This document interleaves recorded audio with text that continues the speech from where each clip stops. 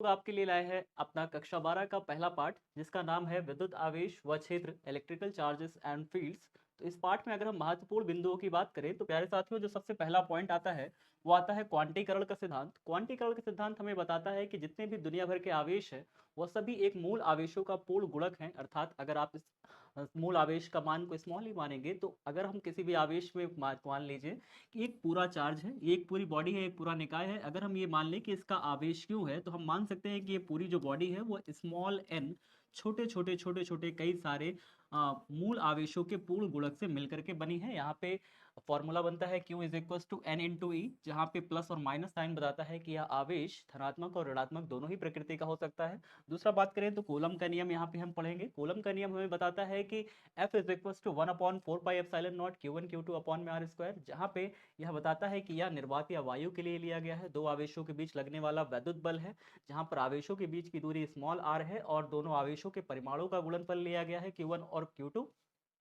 अगर हम बात करें तीसरे पॉइंट पर, तो हम यहाँ पे पढ़ेंगे अध्यारोपण का सिद्धांत, जहां पे हम लोग पढ़ेंगे कि किसी भी एक आवेश पर कई सारा यदि बल लग रहा हो, कई सारे अन्य आवेश मिलकर के बल लगा रहे हो, एक ऐसा निकाय हो जिस पर बहुत सारे आवेश विद्यमान हो, तो किसी एक आवेश पर लगने वाला कुल बल हमें यह सूत्र बताता है कि F is equal to F01 F02 F03, सभी का हम योग कर देते हैं। चौथा पॉइंट हम पढ़ेंगे वैद्युत क्षेत्र, अर्थात किसी आवेश के चारों ओर का वह क्षेत्र जिससे कोई दूसरा आवेश वैद्युत बल का अनुभव करता है, उसका वैद्युत क्षेत्र कहलाता है। तो वैद्युत क्षेत्र का अगर हम सूत्र पढ़ेंगे तो E is equal to 1/4πε0 Q upon में r², और यही से एक फॉर्मूला बन के आता है F is equal to Q not E, जो यह बताता है कि यदि Q नॉट आवेश किसी E वैद्युत क्षेत्र में स्थित है तो उस पर F बल लगेगा। अगर हम बात करें अध्यारोपण के सिद्धांत की, तो अध्यारोपण का सिद्धांत अगर हम बात करें परिणामी वैद्युत क्षेत्र की, तो जैसे अभी आपने यहाँ पे पढ़ा कि अध्यारोपण का सिद्धांत बलों के लिए लगता है, वैसे ही हमारा पास वैद्युत क्षेत्र का भी अध्यारोपण का सिद्धांत होता है। प्यारे साथियों, अगर हम बात करें आगे कि इसमें पाठ में आगे हम लोग क्या पढ़ेंगे, तो हम लोग पढ़ेंगे द्विध्रुव आघूर्ण। द्विध्रुव आघूर्ण हमें बताता है कि इसे P से प्रदर्शित करते हैं, सदिश राशि है, माइनस से प्लस इसकी दिशा होगी, P is equal to Q into 2a।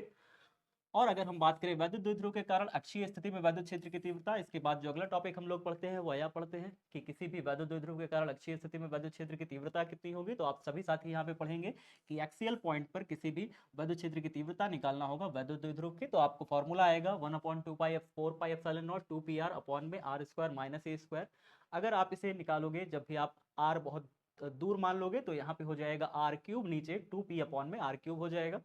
अगर हम बात करें निरक्षीय स्थिति में, तो निरक्षीय स्थिति में वैद्युत क्षेत्र की तीव्रता का सूत्र हमारा ये प्राप्त होता है 1/4πε0 p अपॉन में r³ नीचे प्राप्त हो जाएगा।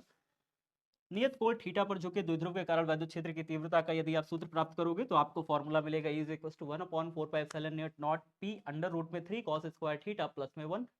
इसी प्रकार से द्विध्रुव पर आघूर्ण अगर आपको निकालना है, यहाँ पे जो आघूर्ण शब्द इस्तेमाल हुआ है इसका मतलब है बल आघूर्ण, जहाँ पे आप किसी भी द्विध्रुव को किसी वैद्युत क्षेत्र में रख देते हो थीटा कोण बना करके, तो उस पर एक बल लगता है और यह बल इस द्विध्रुव को वैद्युत क्षेत्र में घुमाने का प्रयत्न करता है। इस अनुसार से यहाँ पर जो बल आघूर्ण का सूत्र लगेगा टाउ इज इक्वल टू वो पी ई साइन थीटा लगेगा। जो थीटा कोण पर आपने इसे रखा है वहां पे यहाँ पे थीटा कोण यहाँ पे साइन थीटा के रूप में आ जाएगा।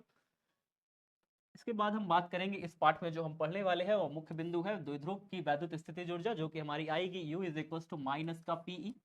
फिर बात करेंगे हम लोग गॉस की प्रमेय, गॉस की प्रमेय जिसमें हम लोग फ्लक्स की गणना करते हैं, वैद्युत फ्लक्स की गणना करते हैं, जहां पर एक घिरा गया काल्पनिक पृष्ठ मान लेते हैं, काल्पनिक पृष्ठ के भीतर कोई एक सूक्ष्म आवेश मान लेते हैं, या सूक्ष्म आवेश से निकलने वाली बल रेखा ही वैद्युत फ्लक्स कहलाती है। तो वैद्युत flux phi is equal to E into D S, जो कि अगर गॉस की प्रमेय के अनुसार बात करें तो क्यू अपॉन में एप्सिलॉन नॉट इसका मान प्राप्त होता है।